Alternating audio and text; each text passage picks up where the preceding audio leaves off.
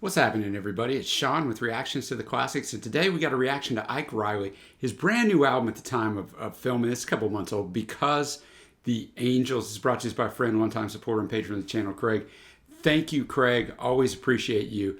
I have done a reaction, or Trey and I both did it, to Crooked Love, the previous album from Ike Reilly back in 2018 that I thought was fantastic. So Craig knew this had just come out, gave me a shot at reacting to this one, so I'm looking forward to it. Before we even start, I'm going to let you know the music's not going to be in the video. Check out the Vimeo link below if you want to go follow along with the music itself. You just want to know what I think of each song, just stick around. Let's get into a little bit about Ike Reilly. There was absolutely nothing out about the album, but there is something cool I was able to pull in the research.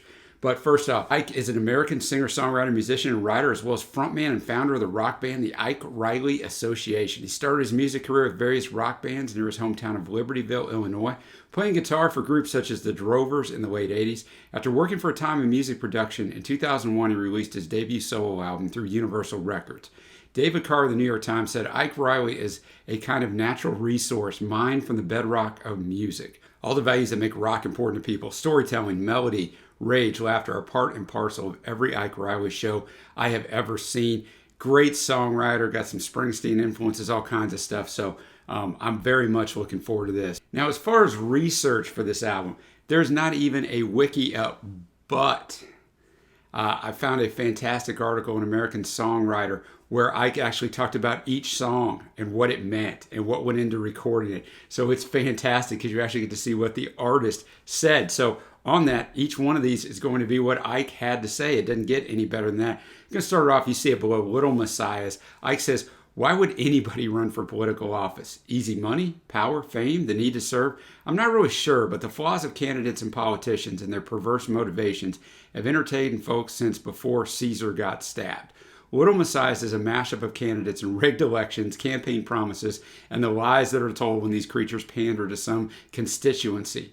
The opening standalone lyrics in the introduction come from a different place and the voice follows. Who will really answer to the people who need answers? Who will provide services and keep the promises after the candidates roll out of the town, out of the neighborhood? When it gets tough, folks rely on the myth of a greater force, blame, gratitude, and justification, and the angels can be the scapegoat or the savior. Ike's a very smart guy. You're going to find that out not only through his songwriting, but through this interview and these write-ups. Thanks again, Craig. I'm going to have the lyrics up as always. Very important for Ike stuff. Let's get after it. Little Messiahs. Now, I'm going to tell you, if you're a certain political persuasion, he's talking about rigged elections and stuff, you're going to think this man's on your side. I'm not trying to speak for Ike, but knowing the stuff I've read through interviews with him and some stuff further on in this album, I don't think he's taken that slant that certain elections were rigged. Just an FYI for you. Just an interesting song, and the fact that, it's just basically letting you know that the rich and the powerful can manipulate everything and make you believe. We go through it every presidential election in this country, but you probably go through it in local elections too. Oh, this person's going to make it better for us. And the older you get, the more you realize maybe that person has the right intention. Maybe they do. But it's really just never going to happen, or it hardly ever happens, because one politician, no matter what, the way the government system is set up in the U.S., which is a good thing the way it's set up. I'm not saying it's a bad thing. It's a good thing. But one person can't make that big of a difference. They just really can't. They can short term, but they can't long term, even if they're the president. They can do executive orders, but then the next one just overturns them. So just a really interesting song. Well done. This guy's drunk. The candidate, because it looks like he's going to lose, but all of a sudden it looks like he's going to win. They got to sober him up and prop him up. So yeah, enjoyed that one. Next up, we got Trick of the Light. It's got by far the most Spotify streams, so I don't know if this was released somewhere. None of these songs have a lot of streams, but this one has almost 3 times as much as any other song. But Ike says, nothing thrills me more than not having to hear my own voice on a song that I wrote or recorded. And when I started to put together this song, Trick of the Light, I thought it might lend itself to a shared lead vocal. The melody, the verse lyrics, and the chorus all came quickly one morning. I wrote the bridge a bit later. I had to just kind of start messing around singing with my children at this time. And we had a show at First Avenue in Minneapolis, and it was a school holiday, so they were on the road with us. They hadn't ever performed really anywhere, and they joined me in the band on stage. 2 of my boys, Kevin and Mickey, took lead verse vocal lines, and another son, Shane, harmonized with me, and it sounded pretty great. Shortly after the pandemic hit, I was forced to start shaking folks down by internet busking, live streaming the Ike Reilly Family Quarantine Hour. Like everyone else, my family and I were locked up together, so they all started joining me on this half-assed musical variety show. My boys' singing got better and better, And when the time came to track Trick of the Light, the boys were ready and willing to sing on the recording. The result is a pretty festive recording of a song based on family dysfunction and false hope. There is an innocence in my boys' individual voices, and I think there's power and joy when we all sing together. He said, like most of our recordings, we played the basic tracks in the same room being recorded to a tape on a 2-inch 16-track tape machine. There are horns overdubbed on this recording. They are played by young Henry Carpenter. All right, Trick of the Light. Very catchy song. The backing vocals helped. I thought really good piano work on this one by Adam Cryer, as well as just the overall instrumentation was good.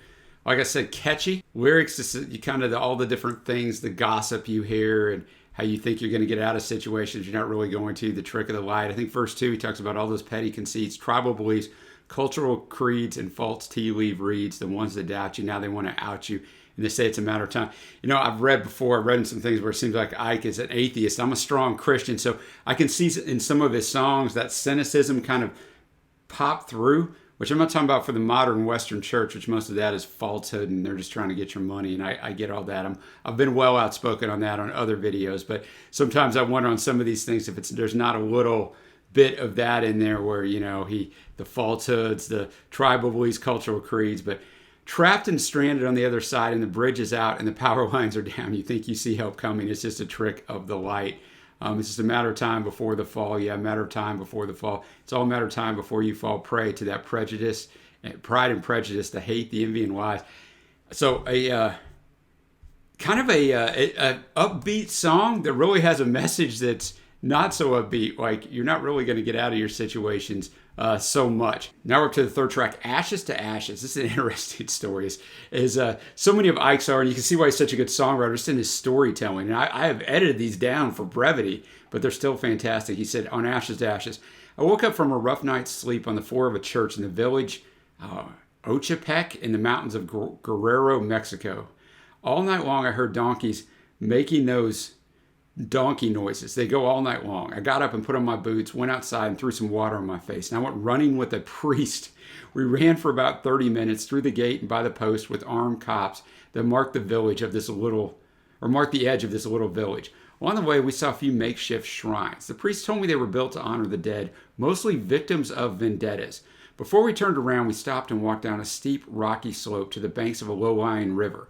Up above our heads was a walking bridge, wooden planks suspended by cables, and walking towards us through the ankle-high water just behind the weaving scent of fresh soap was a young woman named Karina. To see his master storytelling, he paints the picture. You're there with him, man. She recognized the priest and in fact had been heading into the village to find him. She told him her father was sick and asked the priest if he could come to their house. She invited me as well. In the recent past, I've been fortunate enough to find myself in the area about once a year, and two things stand out to me. There are religious and secular reminders of death everywhere, and the people are beautiful, tough, warm, and kind. Meeting Karina may have been an aberration. I don't really know anymore, but I can still taste the dust on my lips and smell that fresh, soapy smell that rolled across the top of that stream that morning. I worked at a cemetery for 7 summers when I was a kid, and I must have worked over 100 funerals during that time. I've been singing death songs and life songs for a long time too, but the brain doesn't allow people to dwell on their own mortality for too long. They say if people fear their own death too much, they wouldn't take the risk you need to find a partner to mate with. Maybe, maybe not. I've seen great wealth and warmth in the absence of prosperity in the mountains of Guerrero. Death is always on display there, and running back to America wasn't going to get me away from the final outcome. We all end up in the same place, and that outcome and the knowledge of it should bind us together. Our common and undeniable deaths should unite us. What a write-up. Let's check it out. Ashes to Ashes. I thought the star of that was actually the guitar work. So I'd imagine that was Ike. It was probably also Phil Carnatz. Those are the two people attributed to guitars on this entire album. So fantastic work there. You know, the song is just about what he said. You know, it's about everybody going to the same place and ending up dying. He kind of tells the story of Karina. He told the story up front, so I don't really need to explain the lyrics to you. Not going to be one of my favorites. It grew on me the more that it was on. Now we'll come to a song that definitely has some possibilities because I know the research on it. F, The Good Old Days. I'll just leave it at that. You can see the full title below. Ike says, I read a book called For Cause and Comrades, Why Men Fought in the Civil War. The book includes letters written during the Civil War, and I thought one day I may work up a song that was based on one of those letters. I wasn't sure that a song that goes on some obscure trip into the personal business of somebody who lived and died 150 years ago would seem authentic. Still, I like the way these letters began, and so I started with the opening salutation, "My dearest love." I sat on that opening line for a while with no body of the letter written. Really no song yet, but I knew the letter would come from some battlefield, real or not. I live in a town that is pretty homogeneous. White. A lot of good people live here. The town can appear idyllic, and in many ways it is. But like anywhere in America, you can scrape through the sparkle and the finish and see hypocrisy, the denial of history. You sometimes hear stuff that makes you think it's 1952. The good old days. I have high aspirations for my town. I don't want everybody to believe exactly what I believe, but I hope the people that I live with, my neighbors, the fortunate, God-fearing town folk I walk among, also believe that people with less in this world should get a fair chance to get more, and that people who have been beat down and oppressed now get a fair shake. I hope that the same people who dwell on their, quote, up from the bootstraps BS mythology can see that their paths, like my path, really weren't that difficult. I hope that folks have the desire to leave this place more than just when they got here. I hope we can all see beyond the edge of town. And the volatile confines of last summer, so he just wrote this in October 2021, he's talking about summer of 2020. I could feel some folks clamoring for simpler times, clinging to what they remember as better times. The good old days are certainly relative, and you can welcome change that brings everybody up or fight change and drag everybody down. F the good old days is a letter from the battlefield and the Civil War we are fighting right now in my hometown and all across America. I like where I live, and like I said, I have high aspirations for the whole place and for anybody who calls it home. So I found my battlefield, and not just for the song. The battle is with the mindset of privilege, complacency, and exclusion, and with a blind attachment to the past. The thought of people holding on to a false memory or to an incomplete version of the truth was really what drove me to finish this song. It gives me hope to say F the good old days. I relate to this in so many ways because for years I taught a men's Bible study in my home, and some of the guys would be like, man, I just wish for the good old days. And I would always point out, well, those good old days so good. Why don't you go ask an African American or a woman how good those days were? We just remember them back. People were more closed in and didn't share their thoughts. And if everybody went to church, they did it because it was the societal thing to do. It helped their business. It made them look good. So the good old days really weren't that good. We just we fool ourselves here in the States, at least. So let's check this out. F the good old days. I said it during the reaction. More of a country type song, up tempo, and they might have done that so you didn't focus on the lyrics so much if you were going to be offended on them. But basically, he says, "My dearest love, our welcome's wearing thin, in the city we find ourselves lost in.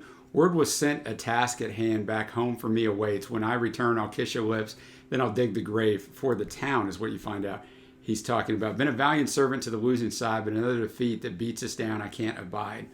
The good old days were good for some, but we know that they're just lies. Let's strike our enemy where it hurts most, screaming in the past and by surprise." Hit an impasse, the talks broke down. Our side is marching in the streets. The other side is hiding out, scheming and thinking about how miserable they are.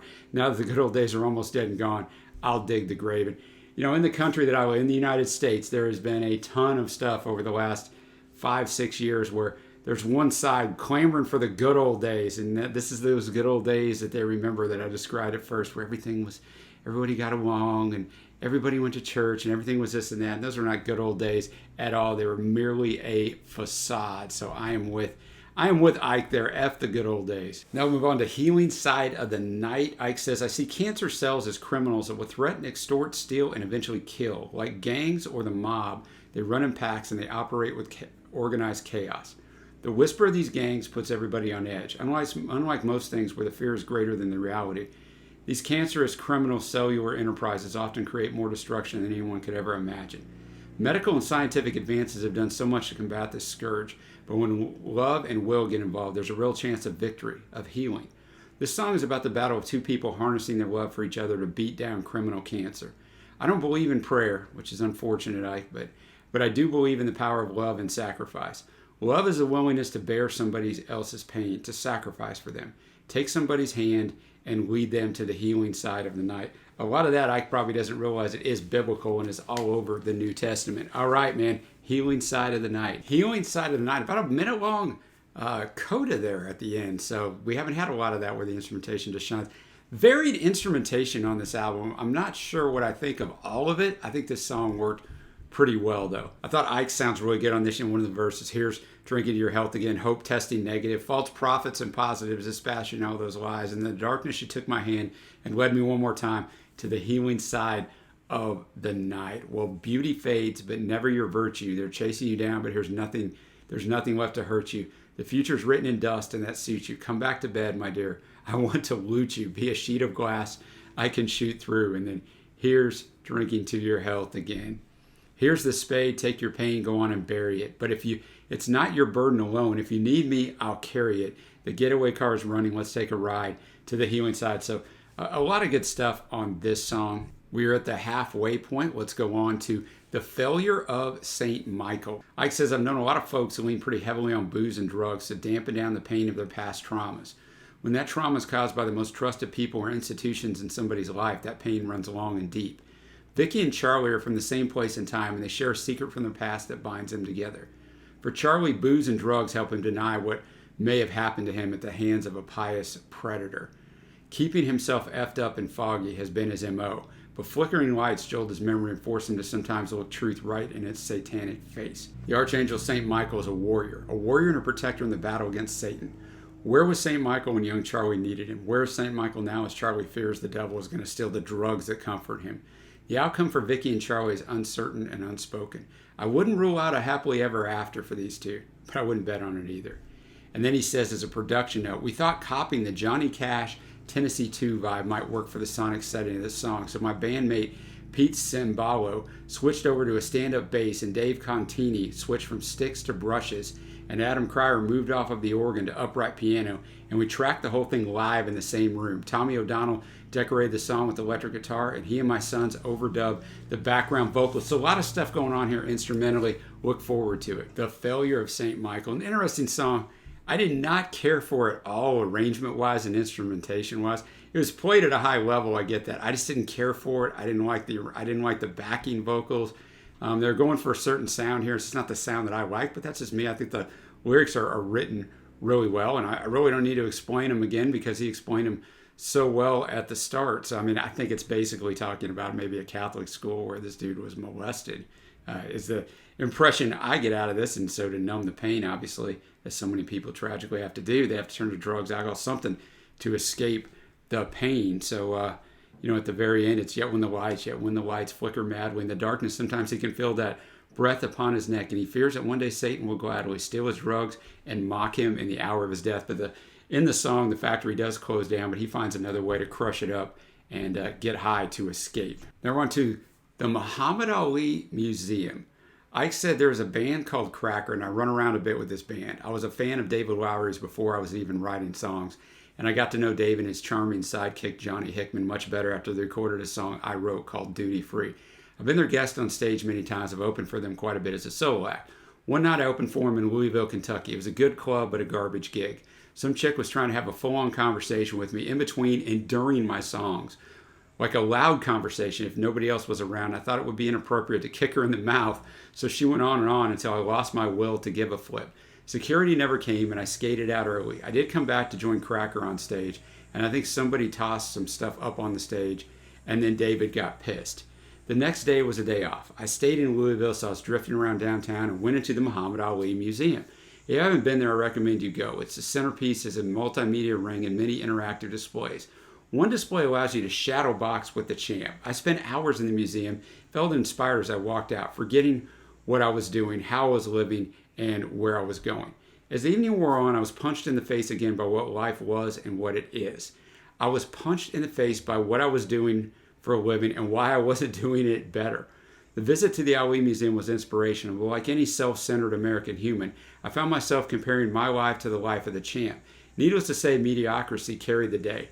They sold t-shirts at the museum that said something like, try to be great or try to do something great. I didn't buy a shirt because I couldn't make that promise.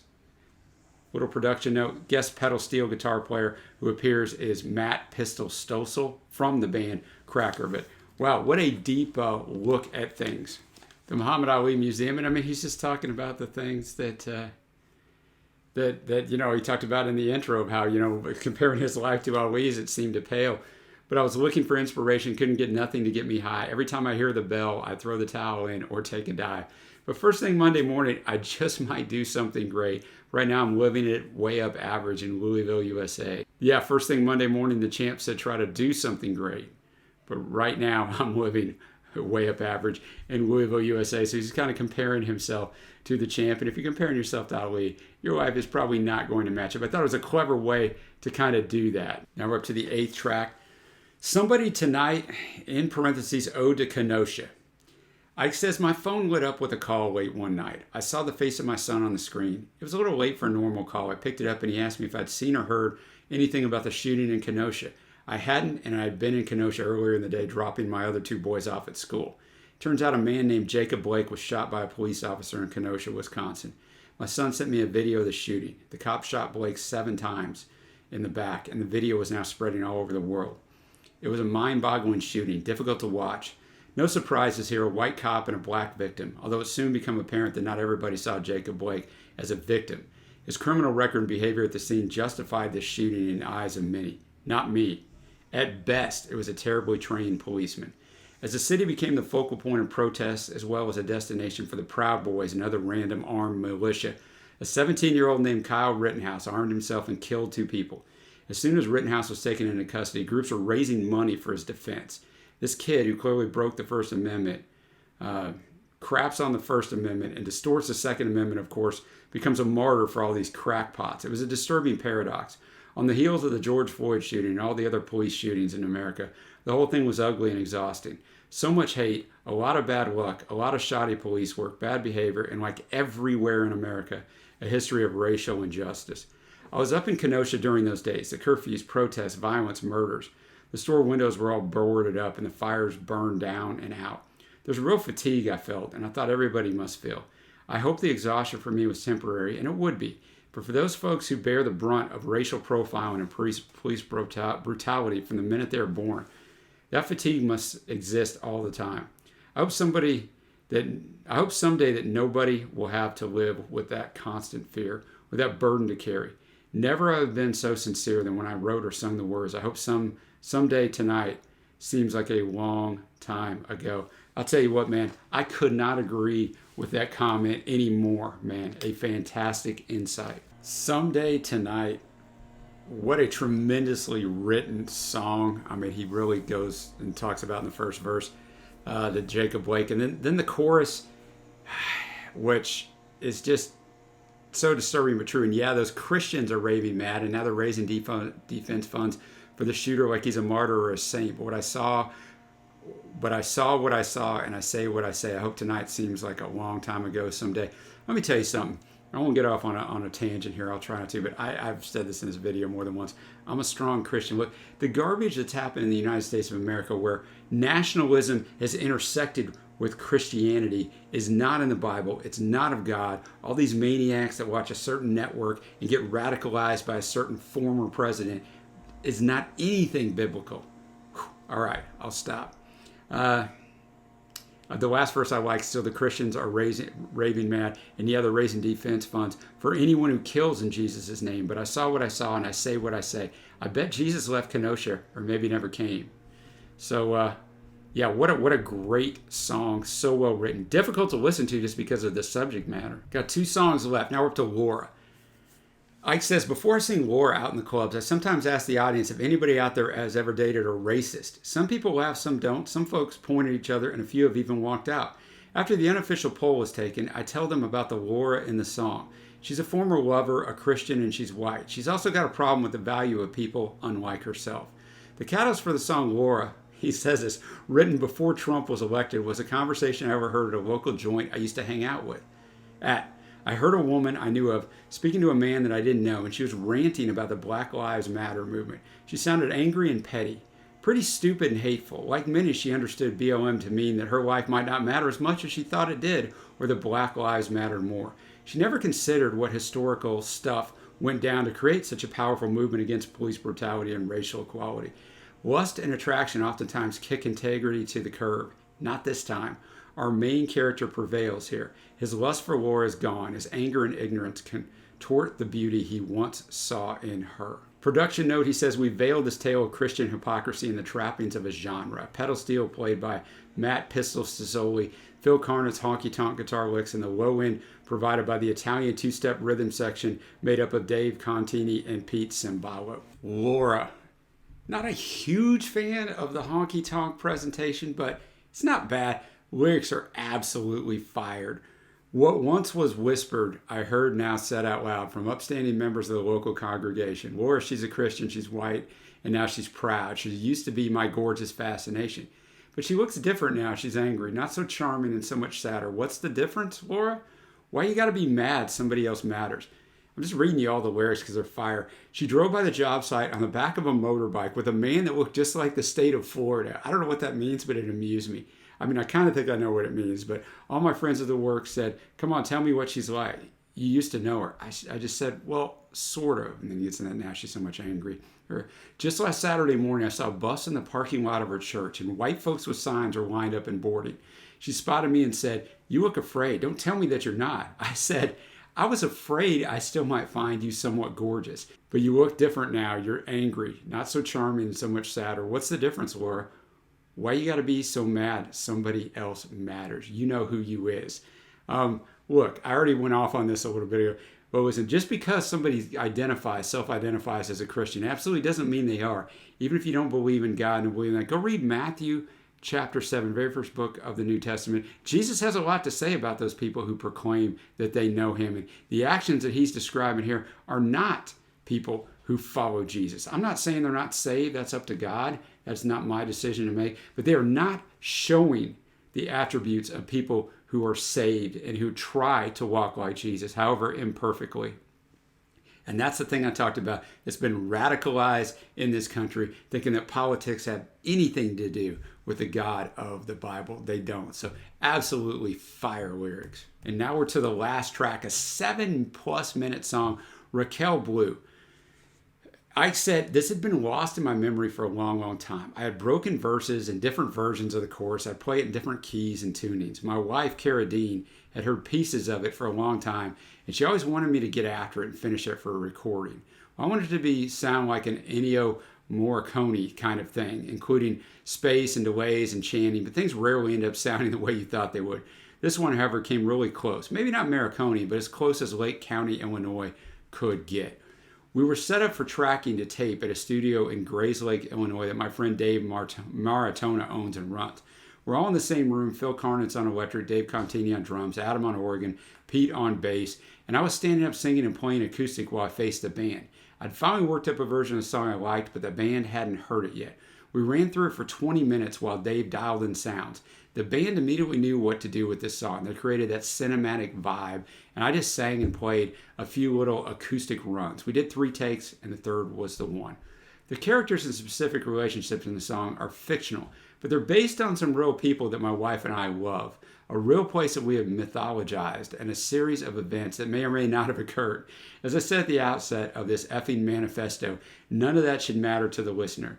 There's a sense of longing, failure, and heartbreak that my family and I have shared that turns up in this song, and I hope that's felt by anyone who hears it. I can't tell you what or who Raquel Blue really is. I can't betray the people and places involved. And he puts here a drug note, not a studio note. Some of the songs have studio drug note. The first time we played it out live, some needy soul came to the table where they sell our merchandise and asked if he could score some Raquel Blue. He thought we were selling weed, and the song was a cryptic advertisement that guided him to our merch table. Oh, to be that high. Raquel Blue, what an epic song. I really like the soundscape on this. I mean, I guess the story is basically that he's going down to meet this girl, you know, so he's going to take me for a ride up the Suicide Highway. So I'm guessing he's on a motorcycle. That's just what I'm guessing. Maybe he's in a car. It's just kind of the way I was envisioning it. And, you know, he kind of never gets to her. He's trying to get there. You know, the chorus is walking in his marijuana shoes. So I guess that's why the guy went to their merch and tried to score him some weed. Watching the cruise ships as they cruise. You do what you got to do. Yeah, you do what you got to do. I'd do if I had to. There's nothing here to prove, Raquel Blue. And so, yeah, I guess he never finds her is what I take out of this. But a really good, well done song, both vocally and arrangement-wise. And that is going to bring me to my favorite songs. I thought the second half of this album was a lot better than the first. That's a rare thing. You don't find it that often. There's obviously examples of it, but you don't find it that often. Honorable mentions, Healing Side of the Night and the Muhammad Ali Museum. My favorites, 2 of the last 3 were going to be my favorites, Someday Tonight, in parentheses, Ode to Kenosha, and the song we just heard, Raquel Blue. Now we're going to come to my overall score. I did not like this album nearly as much as I liked the previous one we did, 2018's Crooked Love. I thought that album was fantastic. I think on this album, it's kind of a tale of two albums for me. I really enjoy the songwriting. I mean, Ike is a fantastic songwriter, one of the best songwriters out there today, and no one's heard of him. This album has no streams. This video will hardly get any watches. He's great. The arrangement on this, almost throughout all 10 tracks. There's a couple tracks are okay. I don't mind, especially Rock Hill Blue. The arrangements, I just don't care for. I don't care for the instrumentation. The musicianship's fantastic. It's just not my kind of thing. I think it actually takes away from the lyricism and the overall stories of the song. And he even mentioned in a couple of those write-ups that he was talking about that he kind of did it on purpose because he wanted to take away from the gravity of the lyrics. And I get that, but with that, it's just kind of not my thing. I thought the production was okay. We got to remember these guys don't have big budgets. The production arrangements were okay. So on this album, I'm going to be at a 6.0. Now, please remember, 5 is average. We get juiced up in our world of where we want 8 or 9s for everything. If everything was an 8 or 9, then that would become average. So I'm going to give this album a 6. I might give it another spin. I definitely like his other stuff. I'd love to see him in concert. But Craig, appreciate you bringing this one to me. I did enjoy it. I didn't know he had a new album out. I would have listened to it eventually on my own anyway. So definitely appreciate you bringing that. Thanks everybody for watching. If you'd like to support us in any way, as Craig does, the patrons make this thing go. Please check out the link below or the Patron link on the end screen. Until next time, guys, I will see you.